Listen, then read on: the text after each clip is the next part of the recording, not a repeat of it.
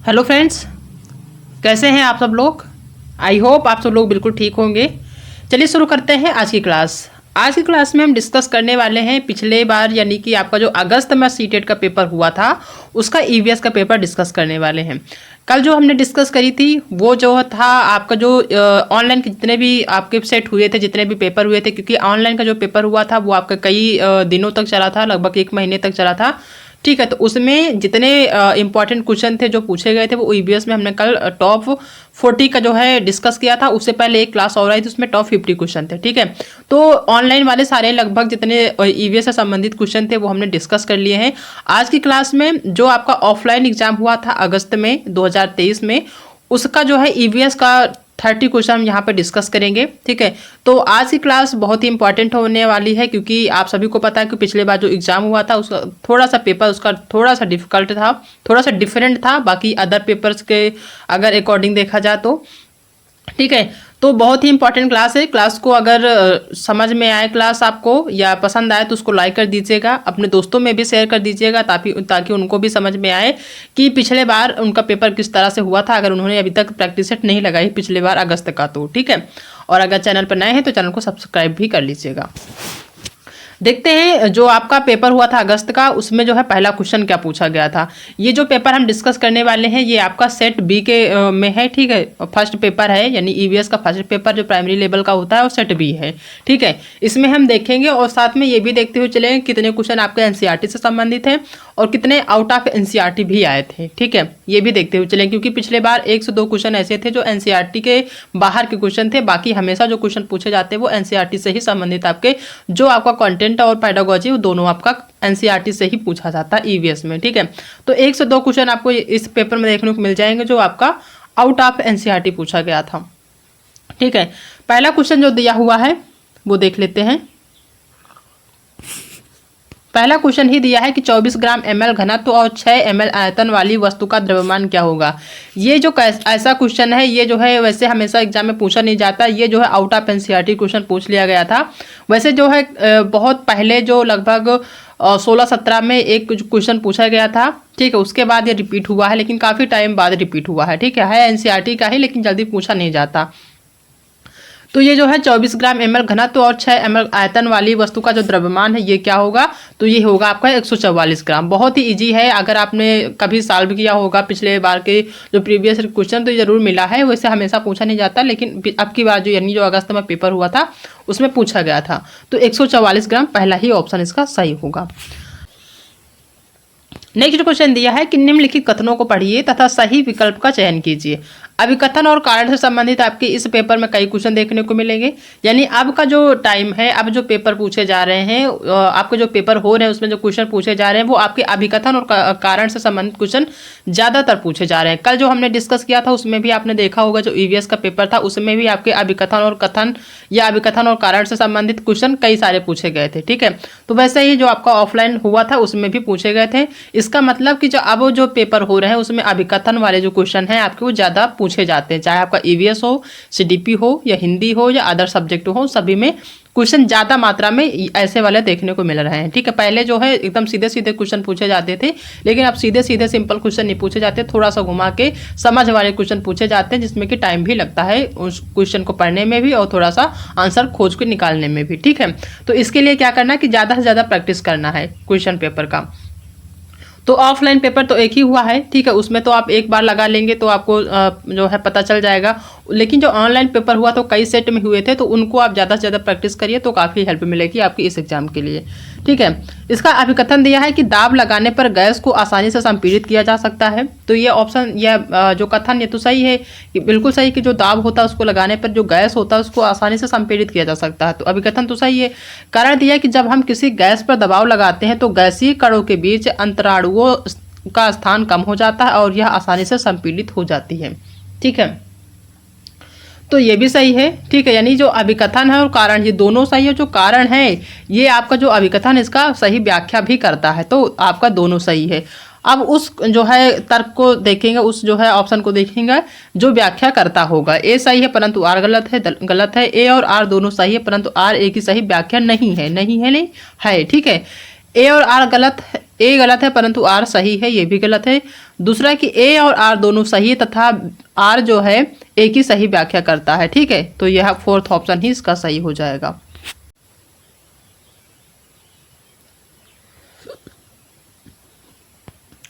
Next question है कि निम्नलिखित कथनों ए और बी पर विचार कीजिए। कथन ए दिया हुआ है, देख लीजिए, ये जो क्वेश्चन है ये भी कथन से संबंधित है, ठीक है। हमेशा जो सीटेट में पूछा जाता है क्वेश्चन ईवीएस में वो सिंपल पूछे जाते थे, लेकिन यहाँ पे कथन के रूप में यहाँ पे पूछ लिया गया क्वेश्चन।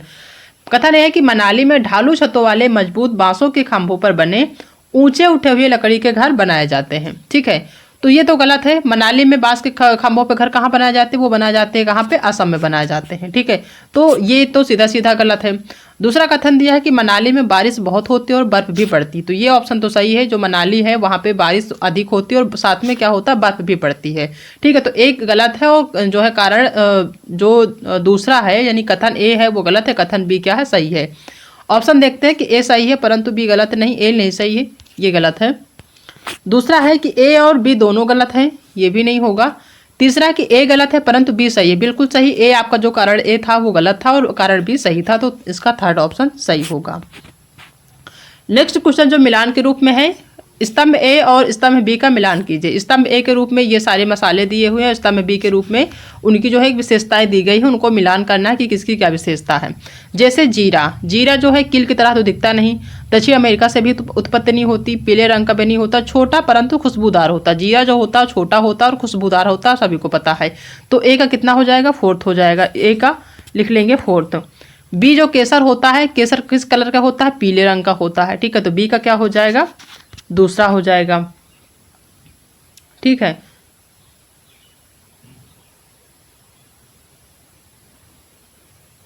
सी का देखते हैं, सी जो है उसका कौन हो जाएगा, वो होता है दक्षिण अमेरिका से उत्पत्ति, बिल्कुल सही। सी जो है उसका दूसरा हो जाएगा, सी का हो जाएगा दूसरा। और डी जो है उसका हो जाएगा पहला। लौंग कैसे होता है, कील की तरह दिखता है, ठीक है। तो डी का जो पहला होगा वही ऑप्शन आपका सही हो जाएगा, ठीक है। इस चीज को भी ध्यान रखिए, डी जो होगा उसका पहला हो जाएगा, ठीक है। तो ए का फोर्थ, बी का थर्ड, सी का दो और डी का पहला, फोर्थ ऑप्शन इसका सही हो जाएगा, ठीक है।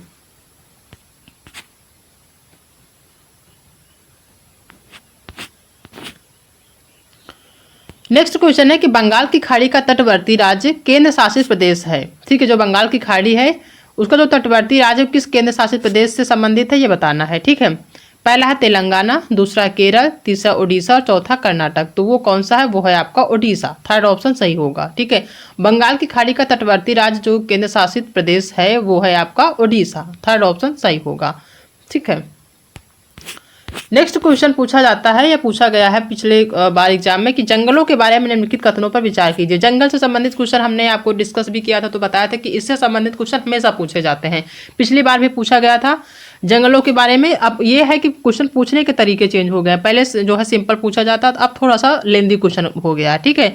लेकिन क्वेश्चन वही है जो आपके सिलेबस में है। जंगलों के बारे में निम्नलिखित कथनों पर विचार कीजिए, ये क्वेश्चन है। पहला कि कुड़ुक भाषा में तोरांग का मतलब जंगल है, बिल्कुल सही।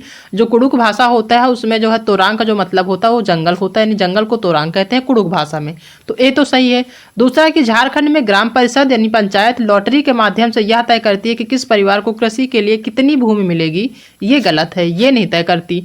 तीसरा कि जंगल अधिकार कानून 2007 उन लोगों को अधिकार दिलाता है जो कम से कम 15 वर्षों से जंगल रह रहे हैं, 15 वर्षों से नहीं बल्कि कितना होता, 25 वर्षों से होता, तो सी आपका गलत है। डी है कि मिजोरम में लगभग 3/4 लोग जंगलों से जुड़े हुए हैं, ठीक है। जो मिजोरम है उसमें लगभग 3/4 लोग कहाँ से जुड़े हैं, जंगलों से, तो ये बिल्कुल सही है क्योंकि जंगलों जो मिजोरम है वहीं पे क्या होता है, झूम खेती की जाती है, तो डी तो सही है आपका, ठीक है। तो आपका बी गलत है, सी गलत है, ए और डी आपका सही है, ए और डी पहला ही ऑप्शन यहाँ पे सही हो जाएगा।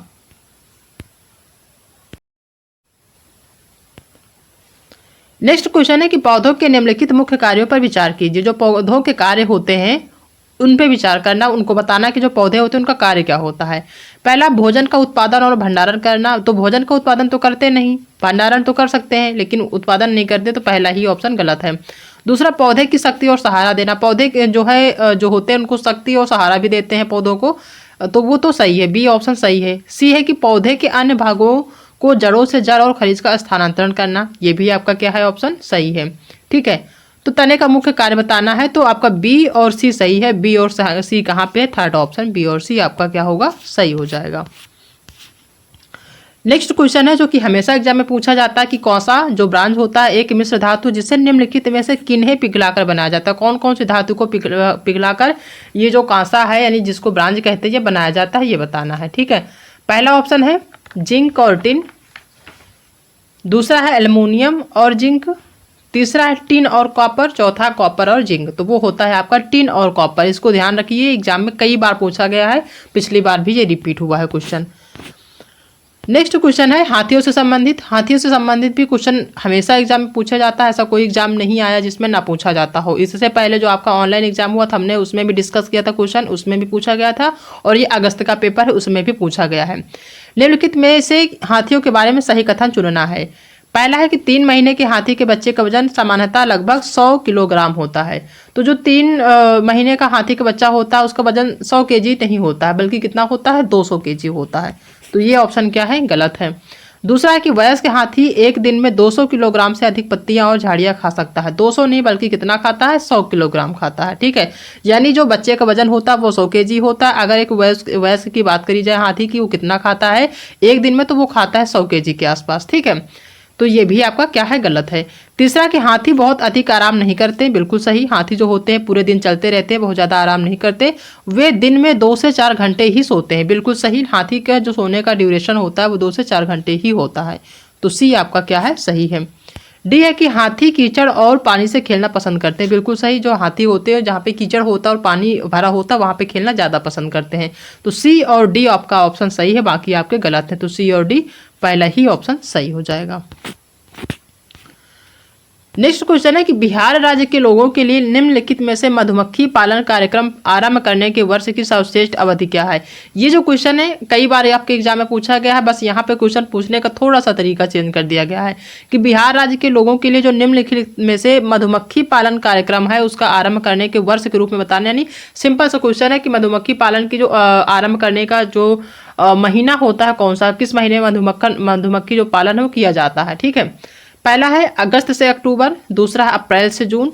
तो ये जो मधुमक्खी पालन करने का जो आरंभ करने का जो महीना होता है, जिस महीने में मधुमक्खी पालन करते हैं बिहार के लोग, वो है अगस्त से अक्टूबर। पहला ही ऑप्शन क्या होगा, सही हो जाएगा। ठीक है, नेक्स्ट क्वेश्चन है कि रामा प्रत्येक शाम को अपने दोस्तों के साथ क्रिकेट खेलता है, वह क्रिकेट खेलने में कौन सी ऊर्जा का उपयोग करता है। एक बच्चा है वो शाम को अपने दोस्तों के साथ क्रिकेट खेलता है, तो वह क्रिकेट खेलने में कौन सी ऊर्जा उपयोग करता है। ध्वनि ऊर्जा तो करता नहीं, मांसपेशियों की ऊर्जा करता है। ठीक है, कौन सा ऑप्शन सही होगा, सेकेंड ऑप्शन मांसपेशियों, क्योंकि जब वो क्रिकेट खेलता है तो उसकी जो मांसपेशियां हैं उसका पूरा पूरा यूज हो जाता है उस खेल में।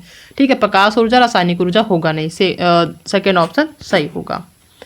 नेक्स्ट क्वेश्चन जो कि बहुत इंपॉर्टेंट है, निम्नलिखित में से कौन सी असम में खाए जाने वाले चावलों की एक सामान्य किस्म है जो पकने के बाद चिपचिपी या स्टिकी हो जाती है। तो वो कौन सी जो कि असम में थी, वो थी बोरा चावल। ठीक है, इससे संबंधित भी क्वेश्चन हमने पढ़ाया है भोजन वाले जो टॉपिक है उसमें। ठीक है, जो बोरा चावल है कहाँ पे पाई जाती है, असम में पाई जाती है, जो कि यहाँ पे दिया भी है। ठीक है, थर्ड ऑप्शन सही हो जाएगा। नेक्स्ट क्वेश्चन है कि जब हम ईंधन जलाते हैं तो हमें प्राप्त होती, क्या प्राप्त होता है, प्रकाश एवं ध्वनि ऊर्जा। प्रकाश तो नहीं बल्कि ध्वनि ऊर्जा नहीं होती। दूसरा यांत्रिक एवं प्रकाश ऊर्जा। ठीक है, तो ये भी नहीं होता। तीसरा केवल प्रकाश ऊर्जा, ये भी नहीं होता, बल्कि ऊष्मा एवं प्रकाश ऊर्जा प्राप्त होता है। ठीक है, फोर्थ ऑप्शन सही होगा। कोई भी लकड़ी हम जलाते हैं, कोई भी ईंधन जलाते हैं तो उससे ऊष्मा और प्रकाश ऊर्जा दोनों की प्राप्ति होती है। तो फोर्थ ऑप्शन क्या हो जाएगा, सही हो जाएगा। नेक्स्ट क्वेश्चन है कि सांपों के बारे में निम्नलिखित कथनों पर विचार कीजिए। सांप के बारे में विशेषता दी है, उसमें बताना है कि कौन सा सही है कौन सा गलत है।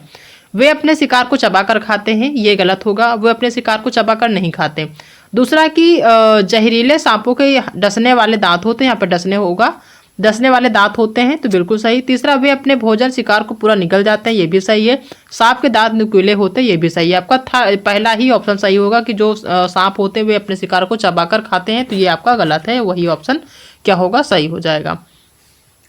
नेक्स्ट है कि गुजरात के सापेक्ष उत्तर प्रदेश और आंध्र प्रदेश की क्रमशः स्थितियां। हमने बताया कि मैप से संबंधित क्वेश्चन पूछा जाता है, तो पिछले बार भी पूछा गया था। गुजरात के सापेक्ष उत्तर प्रदेश और आंध्र प्रदेश की जो स्थितियां होती है वो बताना है, ठीक है। पहला है उत्तर पश्चिम दक्षिण पूर्व। जैसे हमने बताया था कि मैप में इस तरीके से सॉल्व किया जाता है, उसी तरीके से सॉल्व करेंगे तो आप आसानी से सॉल्व कर पाएंगे, ठीक है। पहला उत्तर पश्चिम दक्षिण पूर्व, दूसरा उत्तर पूर्व और दक्षिण पूर्व, तीसरा है उत्तर पश्चिम और दक्षिण पश्चिम, तीसरा है उत्तर पूर्व और दक्षिण पश्चिम, ठीक है। तो इसका जो सही आंसर होगा वो उत्तर पूर्व दक्षिण पश्चिम होगा, ठीक है। यानी मान लीजिए यहाँ कहीं पे जो है गुजरात है, तो गुजरात के उत्तर पूर्व में क्या है, उत्तर प्रदेश है, और दक्षिण पूर्व में क्या है, आंध्र प्रदेश है, ठीक है। जो पहले पूछ रहा है उसको पहले करना है, और जो बाद में पूछ रहा है उसको बाद, यानी क्रमशः जिस तरीके से पूछ रहा है वैसे ही आपको सेट भी करना है। तो यहाँ पे सेकेंड ऑप्शन आपका क्या हो जाएगा, सही हो जाएगा। नेक्स्ट क्वेश्चन है कि अनीता परिवार थीम को पढ़ाने के लिए एक इकाई योजना तैयार करती है, निम्नलिखित में से कौन सी उसकी इकाई योजना का शीर्षक होगा। पहला है कि परिवार संबंध, लिंग, भूमिकाएं, व्यवसाय, बदलते समय में सामाजिक सांस्कृतिक इकाई के रूप में, तो बिल्कुल सही। दूसरा है परिवार एक परिवार के भीतर संबंध, गलत है। परिवार घुमंतु परिवार, परिवार के प्रकार एकल और संयुक्त होते हैं। परिवार के प्रकार एकल और संयुक्त होते हैं, लेकिन ये जो है गलत है। जो सही होगा उसकी इकाई योजना का जो शीर्षक होगा वो ये होगा कि परिवार, उससे संबंधित संबंध, लिंग, भूमिकाएं यानी लिंग भूमिकाएं, व्यवसाय, बदलते समय में सामाजिक सांस्कृतिक इकाई के रूप में। पहला ही ऑप्शन क्या हो जाएगा, आपका सही हो जाएगा।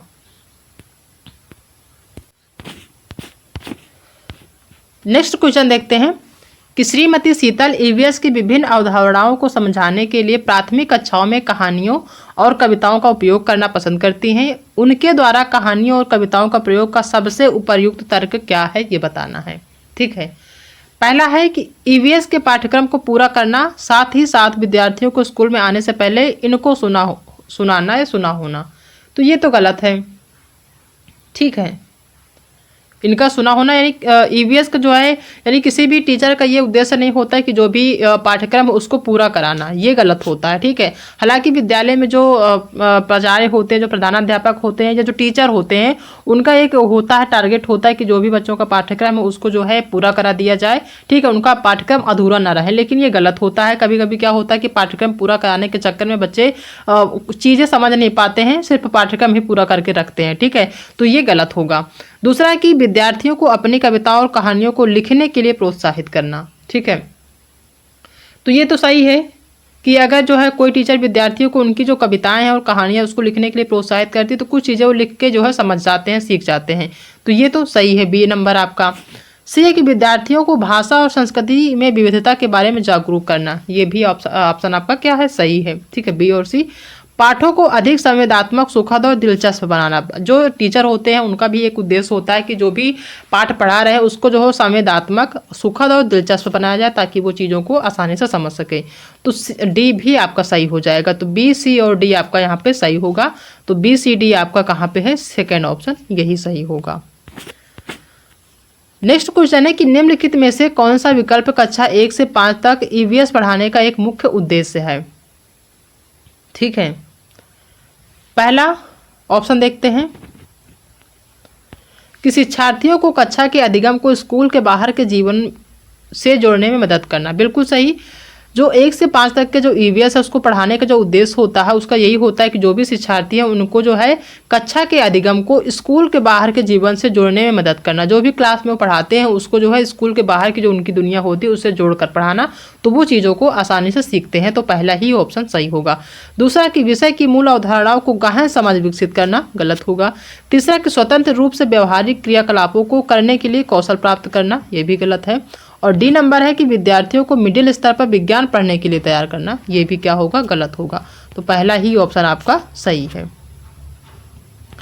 नेक्स्ट क्वेश्चन है कि निम्नलिखित कथनों को पढ़िए तथा सही विकल्प का चयन कीजिए।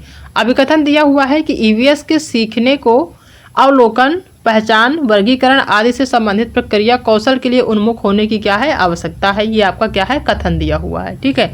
तो कथन तो आपका सही है कि ईवीएस जो है इसको सीखने को अवलोकन, पहचान, वर्गीकरण आदि से संबंधित प्रक्रिया कौशल के लिए क्या होती है, उन्मुख होने की उनकी आवश्यकता होती है।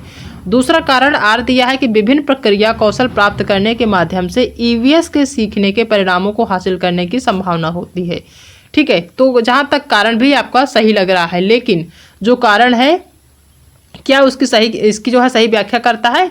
बिल्कुल हाँ, इसकी व्याख्या करता है। आपका जो अभिकथन ईवीएस ए दिया है, इसकी जो है कारण आर आपका क्या है, व्याख्या कर रहा है। ठीक है, तो आंसर देखते हैं कि ए सही है परंतु आर गलत है, तो ये क्या होगा, गलत है। दूसरा कि ए और आर दोनों सही है परंतु आर ए की व्याख्या नहीं है, ये आपका गलत है।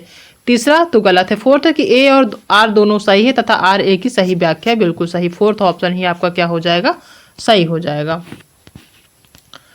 नेक्स्ट क्वेश्चन देखते हैं कि एक ईवीएस शिक्षक को योगात्मक मूल्यांकन के लिए प्रश्न पत्र तैयार करते समय डैश पर जोर देना चाहिए। किस पे जोर देना चाहिए ये बताना है। पहला है प्रश्न पत्र की लंबाई और कुल अंक, जी नहीं। दूसरा है कि प्रश्न पत्र के कुल अंक और सामग्री कवरेज, ठीक है, तो ये भी गलत है, कुल अंक और सामग्री कवरेज पे नहीं। तीसरा प्रश्न पत्र की लंबाई और उद्देश्य, जी नहीं। फोर्थ है कि प्रश्न पत्र की सामग्री कवरेज और उद्देश्य, इन तीनों चीजों पे जोर देना चाहिए प्रश्न पत्र को तैयार करते समय, तो फोर्थ ऑप्शन सही हो जाएगा। ठीक है, नेक्स्ट क्वेश्चन देख लेंगे। एक ईवीएस शिक्षक कक्षा में एक प्रयोग प्रदर्शित करता है जिसमें एक अंडा पानी के गिलास में डूब जाता है लेकिन पानी में नमक मिलाने पर तैरता है। विद्यार्थियों की पूछताछ के लिए वह निम्नलिखित में से कौन सी सबसे उपयुक्त व्याख्या दे सकती है। ठीक है, यानी वो प्रयोग कर रही है कि जो नॉर्मल जो है पानी में अगर अंडा डालते हैं तो डूब जाता है लेकिन पानी में नमक मिलाने पर वो तैरता रहता है। तो इसको बताना है कि वो सबसे उपयुक्त जो व्याख्या है ये क्या है। पहला कि अलग अलग मात्रा में नमक के साथ प्रयोग करें और उसका अवलोकन करें, बिल्कुल सही। अगर वो अलग अलग मात्रा में कभी थोड़ी मात्रा डाल के जो है प्रयोग करते हैं, उसके बाद और मात्रा डाल के फिर बराबर मात्रा में डालते हैं, तब उसका जो है उन चीज़ों का प्रयोग करते हैं, उसके बाद अवलोकन करते हैं, तो बच्चे क्या है समझ जाएंगे कि हाँ ये जो अंडा जो है तैर नहीं रहा, तैर रहा है वो किसकी वजह से तैर रहा है, वो नमक की वजह से तैर रहा है। ठीक है, क्योंकि जब पानी में नमक नहीं डालेंगे तो अंडा डूब जाएगा, लेकिन जैसे ही नमक मिलाएंगे वो भी सही मात्रा में मिलाएंगे, तब क्या होगा, जो अंडा है वो पानी में डूबेगा नहीं बल्कि क्या होगा, तैरेगा। ठीक है, तो पहला ही ऑप्शन क्या हो जाएगा, यहाँ पे सही हो जाएगा।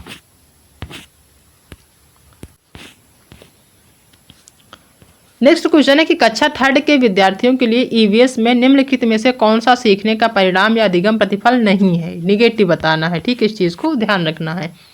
पहला, कक्षा की दिशाओं की पहचान करना, तो ये तो होता नहीं। ठीक है, ये तो यानी कि आपका पॉजिटिव है, ये आपका यहाँ पे क्या पूछ रहा है, निगेटिव पूछ रहा है। दूसरा कि कुछ स्थानीय इंडोर आउटडोर खेलों में नियमों का अवलोकन करना, जी नहीं। तीसरा, अच्छे और बुरे स्पर्श पर अपनी राय व्यक्त करना। और चौथा, देखे गए अनुभव किए गए मुद्दों पर आवाज उठाना और समाज की प्रथाओं से संबंधित करना, जैसे स्थानों के स्वामित्व में भेदभाव है, तो ये आपका फोर्थ ऑप्शन सही हो जाएगा। ठीक है, नेक्स्ट क्वेश्चन देखेंगे।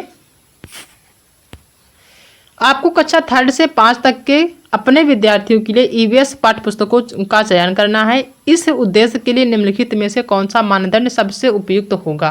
सबसे उपयुक्त जो मानदंड है उसको बताना है। पहला, पाठ्य पुस्तक बाल उन्मुख होनी चाहिए, बिल्कुल सही, तथा लिंग, जाति, वर्ग और धर्म के आधार पर किसी भी रूढ़िवादिता या अपमानजनक व्यवहार से रहित होना चाहिए, बिल्कुल सही। जो प्राइमरी लेवल की किताब होनी चाहिए वो जो है बाल उन्मुखी होनी चाहिए, तथा लिंग, जाति और वर्ग, धर्म के आधार पर किसी भी रूढ़िवादिता या अपमानजनक व्यवहार से रहित होना चाहिए। ये सारी चीज़ें उस पुस्तक में नहीं होनी चाहिए। ठीक है, तो पहला ही ऑप्शन सही लग रहा है। फिर भी दूसरा देखते हैं। दूसरा है कि पाठ्य पुस्तक को सचित्र और विद्यार्थियों के लिए आकर्षक होना चाहिए, ये इतना होने से काम नहीं चलेगा, ये गलत है। तीसरा, पुस्तक में चित्र बड़े और रंगीन होने चाहिए, ये तो होने चाहिए लेकिन साथ में और भी चीज़ें होनी चाहिए, ये गलत है। फोर्थ है कि भाषा सरल और विद्यार्थियों के मानसिक स्तर के अनुसार होनी चाहिए, ये भी सही है लेकिन और विशेषताएं इसमें होनी चाहिए, जैसे कि जो पाठ्य पुस्तक है वो बाल उन्मुख होनी चाहिए। उस पुस्तक में लिंग, जाति, वर्ग और धर्म के आधार पर किसी भी रूढ़िवादिता या अपमानजनक व्यवहार से जो है उसमें संग्रहित नहीं होनी चाहिए बल्कि उससे रहित होनी चाहिए, तो पहला ही ऑप्शन सही हो जाएगा। नेक्स्ट क्वेश्चन है कि निम्नलिखित कथनों को पढ़िए तथा सही विकल्प का चयन कीजिए। अभिकथन दिया है कि प्राथमिक स्तर पर ईवीएस में विषयों के बजाय थीम है। जो प्राथमिक स्तर है उसमें ईवीएस में विषयों के बजाय क्या है, थीम है। ठीक है, पहला ऑप्शन है, सॉरी पहला अभिकथन है। दूसरा है कि कारण आर विषयों की तुलना में थीम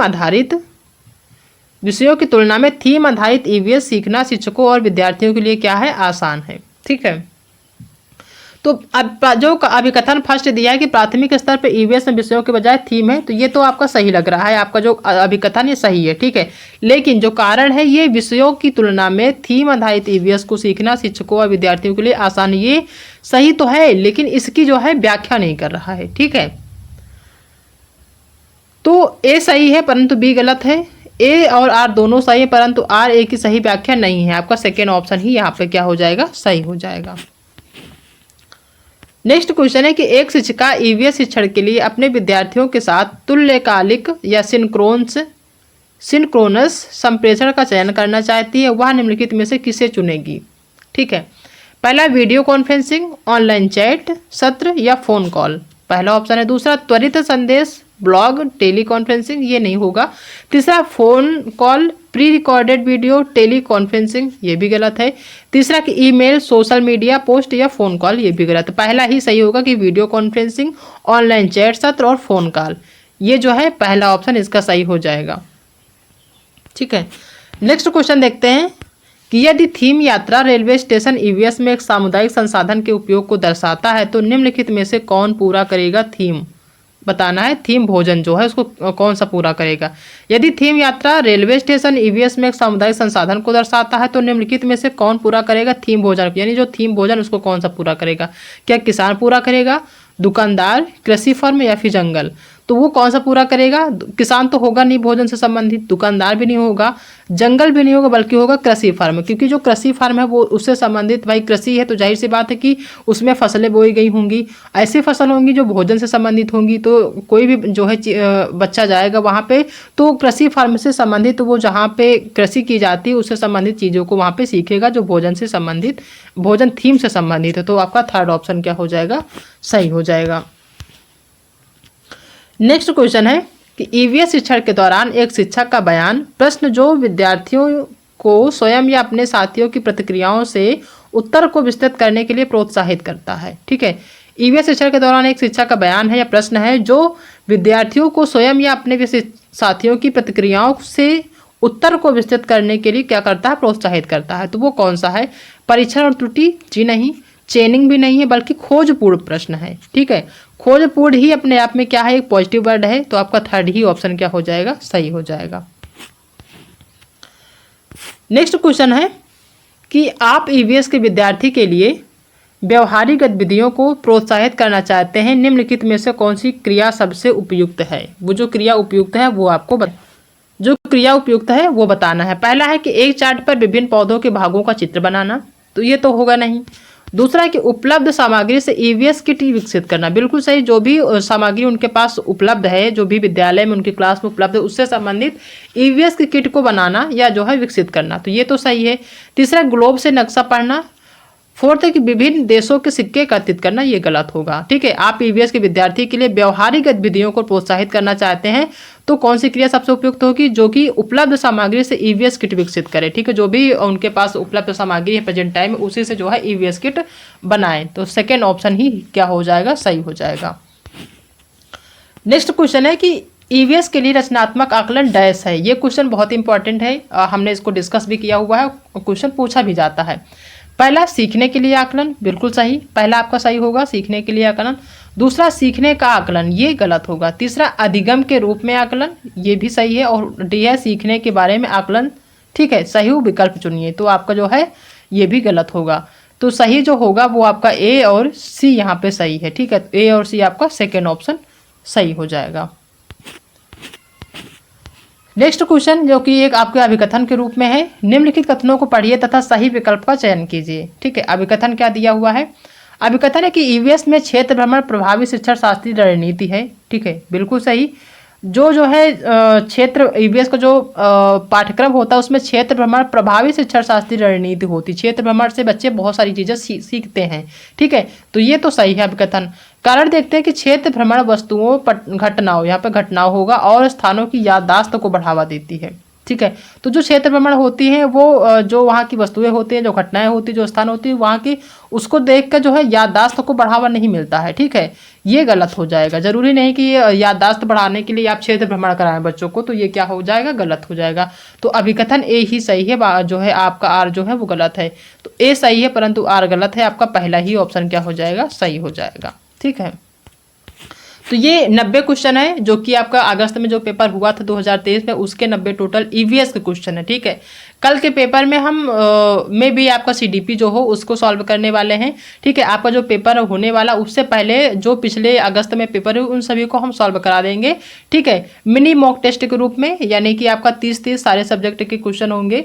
आपका आज जो ईवीएस का है उसमें आपने देख लिया कि ईवीएस के किस टाइप के क्वेश्चन पूछे गए थे। कल हम सीडीपी का डिस्कस करेंगे तो उसमें आपको पता चल जाएगा कि सीडीपी किस टाइप क्वेश्चन पूछे गए थे। ठीक है, तो आपको पता चल जाए क्वेश्चन के जो तरीके हैं, जो पूछने का जो है तरीका वो किस तरीके से है। बाकी आपने कंटेंट अच्छे से पढ़ ही लिया होगा। बाकी कौन कौन सी चीज़ें आपको जो है ध्यान देने वाली होती है आपको पेपर टाइम में, पेपर से पहले, वो भी हम डिस्कस करेंगे, जो कि काफ़ी ज़्यादा नंबर आपको जो है लाने में मदद करेंगे। ठीक है, तो आई होप कि आज की क्लास आप सभी को पसंद आई होगी। अगर क्लास पसंद आई है तो वीडियो को लाइक करिएगा, अपने सभी दोस्तों को शेयर कर दीजिएगा जिनका एग्जाम है, सीटेट का एग्जाम देने जा रहे हैं। ठीक है, और अगर चैनल पर नए हैं तो चैनल को सब्सक्राइब कर लीजिएगा, साथ ही बेल आइकन भी प्रेस कर दीजिएगा जिससे कोई भी वीडियो हम लाएँ, कोई भी क्लासेस हमारी हो तो उसका नोटिफिकेशन आप तक पहुँचे। ठीक है, बाकी मिलते हैं कल एक नए टॉपिक के साथ। तब तक अपना ध्यान रखिएगा और अच्छे से पढ़ाई करते रहिएगा।